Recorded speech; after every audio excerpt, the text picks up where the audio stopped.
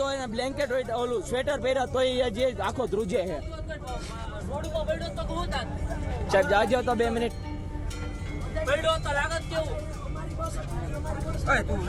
અને કીધું 2 કલાક અમે ચાલુ વર્ષે ઉભા રહ્યા છે બસ આવી નથી જે ક્લબ વાળો છે આગલી બસમાં વહી ગયો ભાગી ગયો છે કોઈ કોઈ નથી અને કે પાછા એમ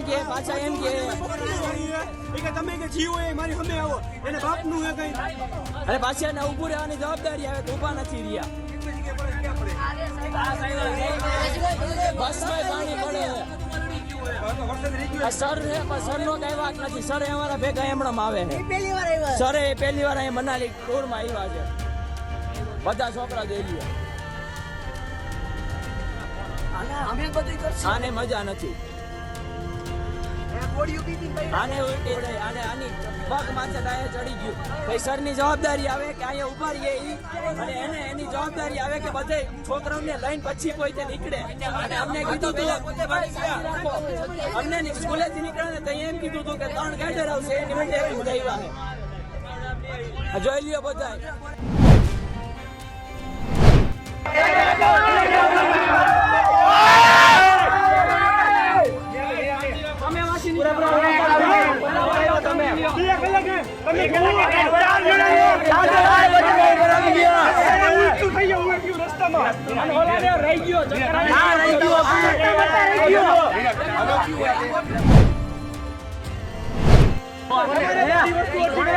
મારા ભાઈ નો ફોન આવ્યો છે ને તમે કીધું નંબર પેલી બસ માં સાહેબ ગયા હતા અને અમારી બસ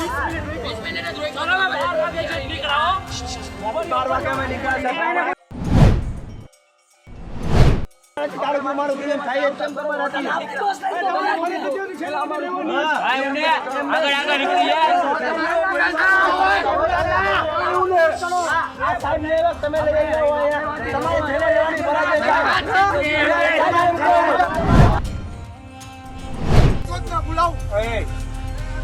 બધા ટોટલી જેટલા છોકરા બધા માંડા પડ્યા બધા ખૂબ જ થઈ ગયો અને બસ એવી એ પાછી બસમાંથી પાણી પડે બસમાં પડે ભલે બસ રહી એવી ટોટલી છોકરા જોઈ લ્યો ટોટલી અને ઓલો સાહેબજી મેનેજમેન્ટ વાળો હતો ને એ પોતે વયો ગયો હે પોતે સાહેબ વયો ગયો અમે બધા અહીંયા બધા અમે હણાઈ ગયું આ બસ એવી અને બસ માં લગેજ નાખવાનું કીધું તો લગેજ એ નતો માતો લગેજ એ બધું અહીંયા ભેગો લીધો ને લગેજ આખો પલરી ગયો હે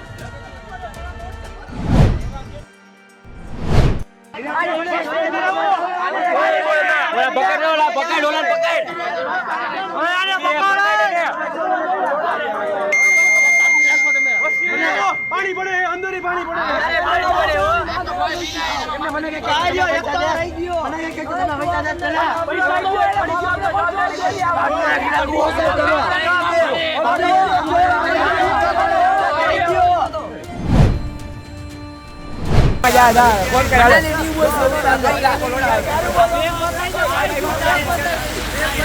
આટલો વરસાદ આવે કલાક થી પલરી બસ નથી આવી હવે માંદા પડશે તો શું લેવા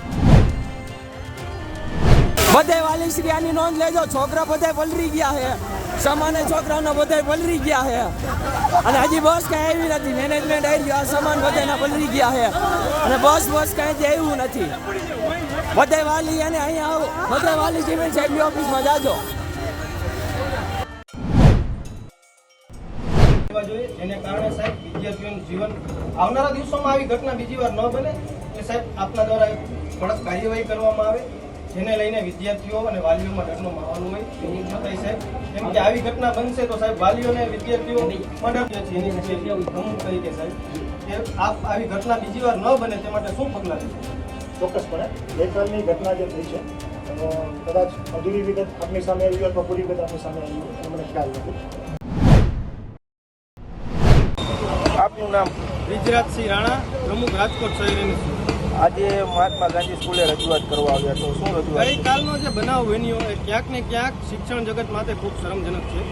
મનાલી ખાતે મહાત્મા ગાંધી સ્કૂલના 45 જેટલા વિદ્યાર્થીઓનો જીવ જોખમમાં મુકાણો, વિદ્યાર્થીઓ હતા ફસાણા અને મેનેજમેન્ટ દ્વારા ખૂબ ખૂબમાં ખૂબ મોટી બેદરકારી કરવામાં આવી, જેને લઈને રાજકોટ શહેર એનએસયુઆઈ દ્વારા મહાત્મા ગાંધી શાળા સંચાલકોને પણ રજૂઆત છે. અને તમારા માધ્યમથી અમે જિલ્લા શિક્ષણ અધિકારીને પણ કહેવા માંગીએ છીએ કે આપ જાણો જ છો, તાજેતરમાં જે વડોદરામાં જે વિદ્યાર્થીઓ પ્રવાસ દરમિયાન જે પોતાના વિદ્યાર્થીઓને જીવ ગુમાવવો પડ્યો, એવી ઘટના બીજી વાર ન બને તે માટે જિલ્લા શિક્ષણ અધિકારી પણ શાળા સંચાલકોને એક પરિપત્ર લખે કે પ્રવાસ દરમિયાન જે પણ વિદ્યાર્થી જતા હોય ત્યારે શાળા સંચાલકની અને મેનેજમેન્ટની વિદ્યાર્થીઓ ઘર સુધી પરત ન આવે ત્યાં સુધીની જવાબદારી મેનેજમેન્ટની હોય છે. તેમાં ક્યાંક ને ક્યાંક અમુક શાળા સંચાલકો દ્વારા બેદરકારી કરવામાં આવતી હોય છે, તે અટકાવવામાં આવે. અને આવી બેદરકારી થશે તો જિલ્લા શિક્ષણ અધિકારી શાળા સંચાલકો વિરુદ્ધ કડકમાં કડક કાર્યવાહી કરે અને વિદ્યાર્થીઓ જીવ આવનારા દિવસોમાં જોખમમાં ન મુકાય. આવી રીતે પ્રવાસ દરમિયાન વિદ્યાર્થીઓ જતા અચકે નહીં, તેના માટે તેને રાજકોટ એનએસયુઆઈ દ્વારા જિલ્લા શિક્ષણ અધિકારીને તેમજ મહાત્મા ગાંધી શાળાના સંચાલકને રજૂઆત કરવામાં. જે વિદ્યાર્થીઓ છે સ્કૂલમાંથી પ્રવાસ નહોતો ગયો, યુનિવર્સ ટૂર્સ એન્ડ ટ્રાવેલર્સમાં ગયા હતા, તેને લઈને શું? એ યુનિવર્સલ ક્લબ દ્વારા જે પ્રવાસ યોજાણો હતો, તેથી શાળા સંચાલકોને અમારી એવી રજૂઆત છે કે તમે પ્રવાસ દરમિયાન કોઈક એવા સારા નામી અનામી ક્લબને તમે વિદ્યાર્થીઓને સજેસ્ટ કરો કે જેને લીધે આવી ઘટનાઓ બીજી વાર ન બને.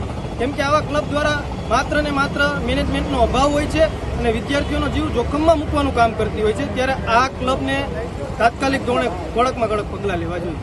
જે જ્યારે વિદ્યાર્થીઓ ફસાણા ત્યારે શિક્ષકો પણ તેમની સાથે હતા, તેને લઈને શું? વિદ્યાર્થીઓ દ્વારા તો એવું કેવું છે કે આ શિક્ષકને કાંઈ અનુભવ જ નથી. આ પહેલી વાર મનાલી પ્રવાસમાં ગયા હોય કેમ કે એ તો વિદ્યાર્થીઓને લીધે આગળ હાલતા હતા એમ. એટલે આવા ક્યાંક ને ક્યાંક અનુભવી શિક્ષકોને મોકલવા જોઈએ કે જે પ્રવાસથી અને વિદ્યાર્થીઓથી પરિચિત હોય, જેથી વિદ્યાર્થીઓને કોઈ જાનહાનિ ન પહોંચે. સર, આપનું નામ? મારું નામ જીમિલ પરીખ છે. સર, જે રીતે બાળકો હેરાન થયા મનાલી પ્રવાસમાં એવી વાત આવે છે, શું સમગ્ર હકીકત છે? સમગ્ર હકીકત એવી છે કે યુનિવર્સલ ટૂર્સ એન્ડ ટ્રાવેલ્સ દ્વારા સંચાલિત પ્રવાસમાં વિદ્યાર્થીઓ ગયા છે, જેમાં ચંદીગઢ જવા માટે એ લોકો હિલ સ્ટેશન ઉપરથી એમના બસ પોઈન્ટ ઉપર પહોંચ્યા હતા. એક બસમાં બાળકો બેસીને રવાના થયા. સામે બીજી બસ આવતી જોઈ, પછી એ બસને ઊભા રહેવા માટેની જગ્યા કરવી પડે એટલે એક બસ છે એ આગળના પાર્કિંગ પોઈન્ટ સુધી આગળ ગઈ. બસ જ્યારે ટર્ન લેવા ગઈ છે ત્યારે ત્યાં ટ્રાફિકના કારણે પોલીસે રોકતા 20 મિનિટ જેવી એને ત્યાં પિકઅપ પોઈન્ટ સુધી પહોંચતા વાર લાગી. હિલ સ્ટેશન છે એટલે આપ જાણો કે વરસાદ ગમે ત્યારે આવી શકે. ટૂર્સ એન્ડ ટ્રાવેલ્સ દ્વારા વિદ્યાર્થીઓને પણ રેનકોટ, છત્રી વગેરે સાથે રાખવાની સ્પષ્ટ સૂચના હતી, બરાબર. તેમ છતાં કોઈ કારણસર બાળકોએ એનો ઉપયોગ ન કર્યો હોય અને એ તાત્કાલિકમાં ત્યાં પલળી ગયા. આપ વિડીયોમાં પણ જોયા હશે, મેં પણ જોયું છે કે બાળકો સદંતર નથી પલળ્યા, થોડા ઘણા પલળ્યા છે. હિલ સ્ટેશન છે એટલે ઠંડકનું વાતાવરણ, એના કારણે થોડી ઠંડી લાગી હતી.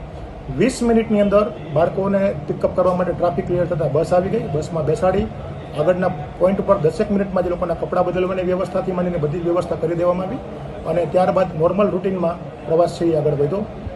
બાળકો ખૂબ એન્જોય કરે છે. અત્યારે કોઈ જ ને ગઈકાલની ઘટના એટલે કે 12 વાગ્યા પછી કોઈ જ જાતની તકલીફ નથી. બધા સ્વસ્થ છે, બધાના વાલીઓ જોડે સંપર્કમાં છે. વાલીઓને પણ અમે એ બાબતથી અપડેટ કરતા રહીએ છીએ અને આજે એ લોકો ચંદીગઢ પહોંચી ગયા છે અને સાંજમાં ટ્રેન દ્વારા એ લોકો રાજકોટ પરત આવવા માટે નીકળી જશે. મુશ્કેલી છે એના માટે એજન્સી સામે કોઈ પગલાં લેવા? આમ જોવા જઈએ તો આ એજન્સી દ્વારા સર્જિત પ્રશ્ન નથી, કારણ કે બસ ટર્ન લઈને પાછી આવી રહી છે અને ટ્રાફિકના કારણે 5 મિનિટ કે 10 મિનિટ ત્યાં બસ ખોટી થઈ છે, એના કારણે એમને લેટ આવવાનું થયું છે, એટલે આ પ્રશ્ન ઉત્પન્ન થયો છે. એટલે એજન્સી દ્વારા આમ જોવા જઈએ તો કોઈ સિદ્ધોલિટીનો પ્રશ્ન નથી આવતો, પણ તેમ છતાંય બીજી વખત આવો કોઈ પ્રશ્ન ઉત્પન્ન ન થાય એવી તકેદારીને ધ્યાન રાખતા એજન્સીને હવેથી આવું પ્રવાસમાં લઈ જવાનું શાળા દ્વારા બંધ કરી દેવામાં આવશે, બરાબર. અને એ લોકો પ્રવાસમાંથી આવ્યા પછી એની સામે જે પણ કાંઈ કાર્યવાહી કરવાની હશે એના માટે એને આગળ વધશું.